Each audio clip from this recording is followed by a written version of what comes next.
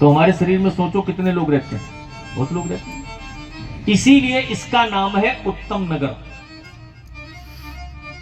कहते ना उत्तम काया, कंचन काया, इसको कंचन काया भी लोग कहते हैं। इस उत्तम नगर में एक रहते हैं पंडित जी जिनका नाम है आत्मदेव, और वही आत्मदेव जो आत्मा है हमारी, वही पंडित जी है।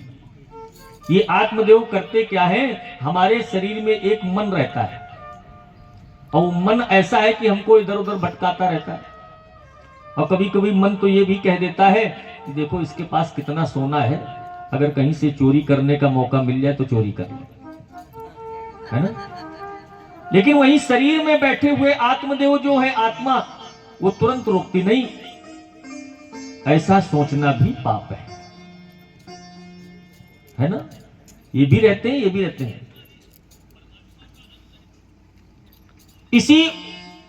इन्हीं पंडित जी की, आत्मदेव पंडित जी की पत्नी है धर्म पत्नी,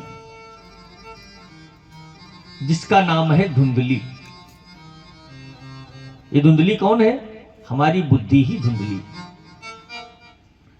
जिसको इस मन ने धुंधला कर रखा है, हमारी बुद्धि को।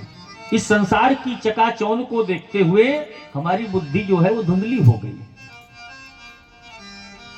उसको ये संसार सत्य लगता है, लेकिन इस संसार को बनाने वाला सत्य नहीं लगता।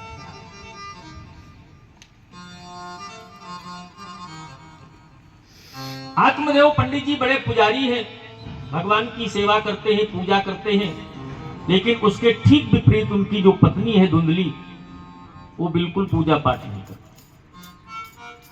सुबह जब तक पंडित जी रहते हैं, देखो कुछ माताओं में ये गुण होता है, और ये बहुत ही लाखों में एक दो ही माताएं ऐसी हैं जो इतना बढ़िया गुण होता है उनमें, सब में नहीं होता।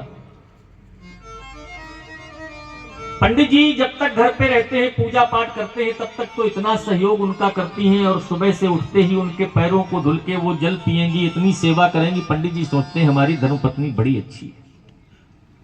लेकिन जैसे ही पंडित जी घर से बाहर निकले, तैसे ही वो निकलती हैं, इसके घर जाएंगी, उसके घर जाएंगी, उसके घर जाएंगी, सबकी बुराई बताते हुए और सबको एक दूसरे से लड़वाते हुए बड़ा आनंद प्राप्त करते हैं। है ना, कुछ ऐसी माताएं होती हैं, आज भी होती हैं, ऐसा नहीं उसी समय थी। कई कई माताएं तो हमने देखा कि बात किसी की सुनेगी, और वो माता कह दिया माता ने कि देखो किसी को बताना नहीं, तब तो वो जरूर बताएंगे,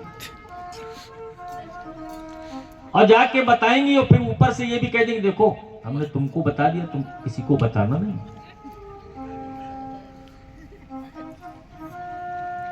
ये विशेष कृपा है माताओं पर, ये सब में नहीं होती, कुछ माताओं में। यही कार्य धुंधली का, इधर से उधर करना, उधर से उधर करना। घर में सर्व साधन संपन्न है, सब कुछ है, लेकिन पंडित जी के कोई संतान नहीं, कोई संतान नहीं। और जिसके संतान नहीं होती उसके हृदय से पूछो क्या हो गुजरती है। कई कई बार तो ऐसे लोग मिल जाते हैं कि सुबह सुबह अगर निकल पड़ो तो वो लोग मुंह फेर के चले जाते हैं कि कहां से निसंतान का मुख देख लिया, कह देते हैं। बोले ये तो निर्वंशी है, इसका मुख देख लिया, आज दिन कैसा कटेगा, कह देते हैं। पूजा बहुत करते हैं पंडित जी, लेकिन उनके घर में तुलसी का जो वृक्ष है वो कभी हरा ही नहीं रहता, हमेशा मुरझा जाता है। यहां तक कि उनके घर में जो गाय है वो भी बांझ हो गई, कोई बच्चा या बछड़िया नहीं है। पंडित जी बड़ा परेशान है।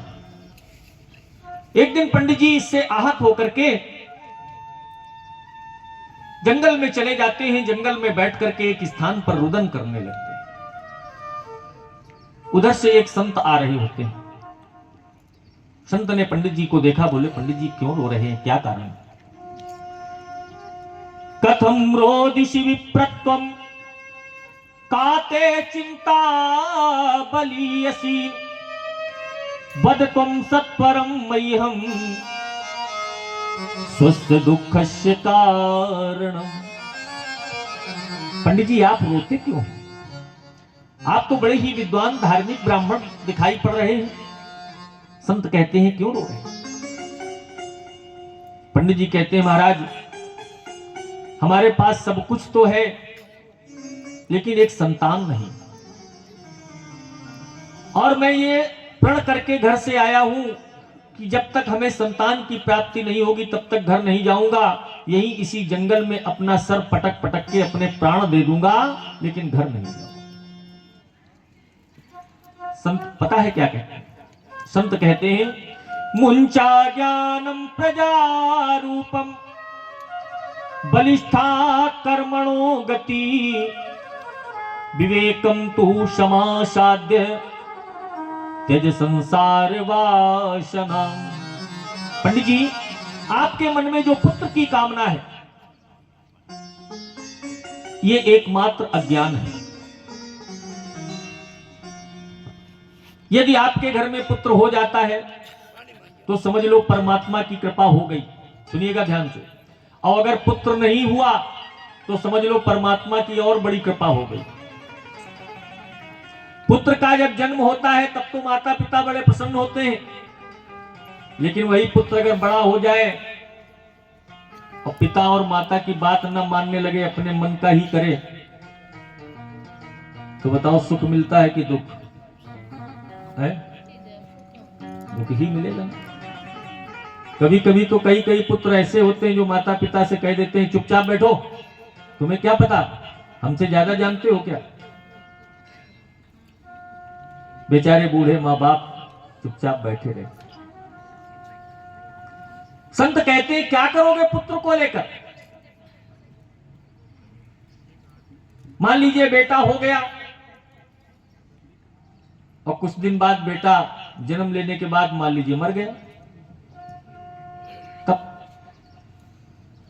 आज जो दुख है उससे कहीं ज्यादा दुख तब हो। और मान लीजिए बेटा अगर जीवित भी बच गया और नालायक निकल गया तो आज से कई गुना ज्यादा फिर दुख होगा, क्योंकि ये संसार बड़ा विचित्र है पंडित जी। संत कहते हैं कि इस संसार को ही अपना पुत्र मान लो। अब इस संसार को पुत्र ना मान पाओ तो सबसे अच्छा उपाय है कन्हैया को अपना पुत्र मान लो। और कन्हैया को पुत्र मान लीजिए और कन्हैया की पुत्रवत सेवा करने लगी। आपने सुना होगा एक भजन चलता था, भगत के बस में है भगवान। उसमें एक बूढ़ी माता वृंदावन से एक कन्हैया की मूर्ति ले आती है ना, वो भजन सुना होगा आपने। भगवान की ऐसी कृपा हुई उस बूढ़ी माता की आस्था से कि उस मूर्ति में भी डॉक्टर को आला लगाने पर समझ में आया कि श्वास चल रही है। प्राण आ गए उसमें, प्राण आ गए। भगवान को पुत्र मान लो, भगवान अपने आप सब व्यवस्था करते रहते। लेकिन पंडित जी कहते हैं वाह, इन महात्माओं से थोड़ी सी परेशानी बताओ तो ये वेदांत बताने लगे। अरे महाराज हम कुछ नहीं सुनना चाहते, हम सिर्फ इतना सुनना चाहते हैं कि हमको पुत्र दीजिए। अब आप संत हैं, आप समर्थ हैं, पुत्र दे सकते हैं। संत ने कहा अच्छा रुको महाराज।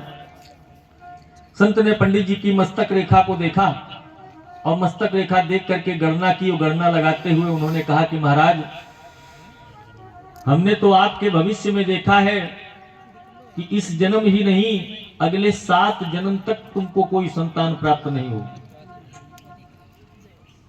अब तो पंडित जी कहने लगे महाराज कुछ भी हो जाए, हम अपना सर आपके कदमों में पटक पटक के प्राण दे देंगे। हमारे प्राणों का जैसे ही बलिदान होगा तो ये दोष आपके ऊपर आ जाएगा। संत बोले अच्छा पाला पड़ा पंडित जी। इसीलिए कहा गया है संत हृदय नवनीत समान। नवनीत माने मक्खन। संत का हृदय बड़ा कोमल होता है, बड़े दयालु होते हैं संत। और ये संत की दया ही है जो आप लोग बैठ के भगवान की कथा सुनते। ऐसे गृहस्थ का कोई आदमी अपनी तरफ से इतना बड़ा बीड़ा नहीं उठाता है। लेकिन ये संत की एक कृपा है कि उन्होंने कहा जो होगा देखा जाएगा, लेकिन हमें यहाँ के भक्तों को भगवान की कथा सुनानी। ऐसा बीड़ा उठा लिया।